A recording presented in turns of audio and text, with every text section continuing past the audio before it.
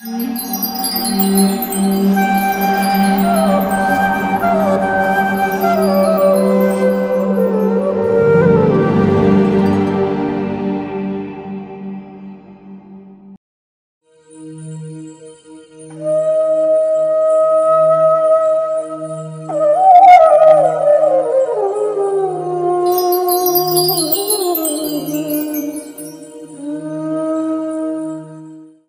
कृष्णा।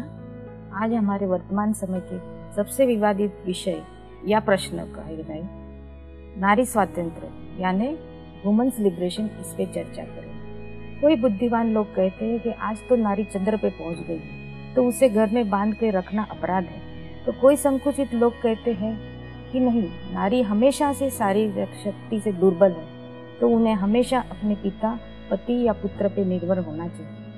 तो हम यह व्यर्थ विवाद में पढ़ने के बजाय हमारे शास्त्र, जो हमारी वैदिक संस्कृति क्या कहती है, वह देखते हैं। तो हमने अभी रामनवमी और अभी हम आगे हनुमान जयंती भी मनाने वाले हैं। तो जब हमें जीवन में प्रश्न आता है कि उत्तम पति, उत्तम पिता, उत्तम पुत्र, उत्तम मित्र, उत्तम सेवक, इनकी व्याख्या क्या है, तो हम सिर्फ रामायण में देखेंगे तो हमें यही सभी प्रश्नों का उत्तर मिल जाएगा। तो हमें रामायण की किताब खोल के सिर्फ पढ़ना है। सॉरी, किताब पढ़ना अभी ये गुजरे ज़माने की बात हो गई। हम गूगल पे जाके रामायण की PDF डाउनलोड कर सकते हैं और पढ़ सकते हैं, इसमें कोई प्रॉब्लम नहीं, क्योंकि माध्यम से ज़्यादा उद्देश्य बहुत हमेशा महत्व होता है। तो चलो चलते हमारे मूल जो टॉपिक है नारी स्वतंत्रता, उसकी तरफ। यह टॉपिक को, यह विषय को रामायण में बहुत अच्छी तरह से दर्शाया गया है। रामायण में सबसे शक्तिशाली स्त्री पात्र है सीता मैया का।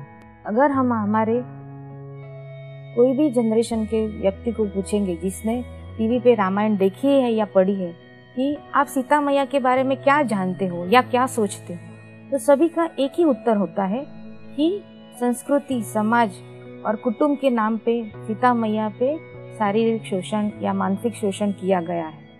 लेकिन आज हम यह गलतफहमी को तोड़ देते हैं, क्योंकि आप सब जानते हैं कि जो धनुष्य को भगवान राम ने तोड़कर सीता मैया से विवाह किया, वही धनुष्य को सीता मैया बचपन में खेला करती थी। वह दोनों पैरों के बीच में वह धनुष्य को डालकर घोड़ा बना के पूरे दिन घुमा करती थी। तो क्या आप लोग को लगता है कि जो स्त्री बचपन में जो धनुष्य को बड़े बड़े राजा हिला भी नहीं सके, पराक्रमी शक्तिशाली राजा हिला भी नहीं सके, वह धनुष्य को जो स्त्री बचपन में खेला करती है, जिसके साथ घूमती है, वह स्त्री को कोई शोषण कर सकता है या वह स्त्री को कोई हानि पहुंचा सकता है?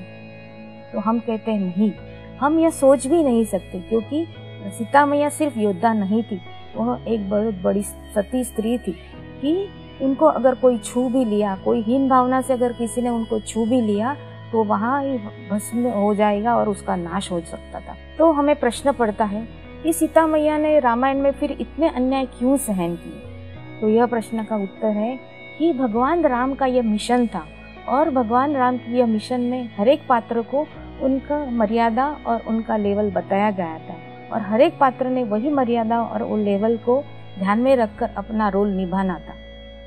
अगर रावण ने सीता मैया को छू लिया होता और उसका नाश हो गया होता तो क्या आपको लगता है कि रामायण पूरी हो पाती? अगर सीता मैया को लव कुश के दरमियान अगर भगवान राम ने जंगलवास न दिया होता तो क्या आज हम हमारे वाल्मीकि रामायण को हम रिटर्न कॉपी या लिखित प्रत में देख सकते थे? तो कहने का उद्देश्य है कि हमारी जो समाज व्यवस्था है, हमारे वर्णाश्रम जो पद्धति है, इसमें हर एक व्यक्ति को अपनी मर्यादा और अपना रोल दिया गया है। उसके अनुसार हर एक ने अपना धर्म और अपना कार्य करना है। अगर प्राइम मिनिस्टर मोदी जी कहते हैं कि मैं तो पूरे देश का प्राइम मिनिस्टर हूँ, मेरे पास पूरी सत्ता है, मैं पूरे देश की सुरक्षा मैं खुद देखता हूँ, तो मुझे किसी की सुरक्षा की मदद लेने की ज़रूरत नहीं, मुझे कोई अंगरक्षक, बॉडीगार्ड या कमांडो नहीं चाहिए, मेरी सुरक्षा मैं खुद कर सकता हूँ। तो क्या ये सही है? नहीं, यह गलत है।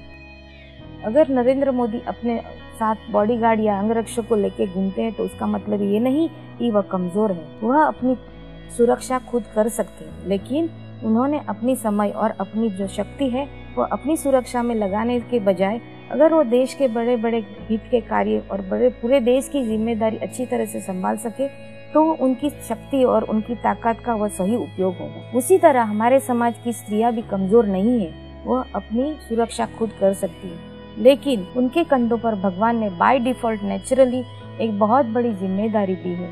उन्होंने अपने आने वाले समाज के लिए एक सुसंस्कृत और संस्कारी पीढ़ी का निर्माण करना है। आने वाले समाज को संस्कारी पीढ़ी की धरोहर देनी है जिसपे पूरे समाज का भविष्य टिका हुआ है। तो क्या उन्होंने अपना समय अपनी सुरक्षा में लगाने के बजाय एक ऐसी संस्कारी पीढ़ी को निर्माण करनी है कि जो पूरे समाज की रक्षा करे। तो हमारे सामने शिवाजी महाराज, राणा प्रताप, प्रहलाद महाराज, इन सभी के उदाहरण हैं। शिवाजी महाराज की जो माता थी उनके जीवन शिवाजी महाराज के व्यक्तित्व में बड़ा योगदान रहा है। माता जीजाबाई जब बहुत बड़ा दुख होता था कि जब उनके पिता और उनके पति मुस्लिम राजा के गुलामी में कार्य करते थे, तो उन्होंने निश्चय किया है कि मैं ऐसे पुत्र को जन्म दूंगी कि जो पूरे भारत को, पूरे हिंदुस्तान को तानाशाहियों से मुक्त कराएगा। तो उन्होंने जब शिवाजी महाराज के वक्त गर्भावस्था में वह आराम करने के बजाय सभी सरदारों के साथ पॉलिटिकल चर्चा करती थी।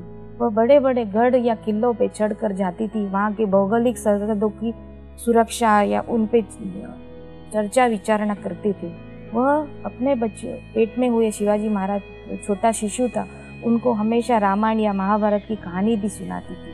तो इसी तरह हम देखते हैं कि हर एक जो सक्सेसफुल व्यक्ति है उनके पीछे एक स्त्री का हाथ है। जैसे ही सीता मैया ने भगवान राम के मिशन को पूरे दिल से एक्सेप्ट किया, उनको सहयोग दिया और राम राज्य का निर्माण हुआ, तो हमें नारी स्वातंत्र्य यह विषय को संकुचित नजरिए से नहीं देखना है, एक ब्रॉड प्रॉस्पेरिटी की तरह से देखना है। यहाँ सिर्फ एक व्यक्ति या कुछ व्यक्ति के उत्कर्ष की बात नहीं हो रही है, यहाँ पूरे समाज के उत्कर्ष के बारे में हमें सोचना है। तो ही हर घर में रामायण और हर देश में राम राज्य स्थापित होगा।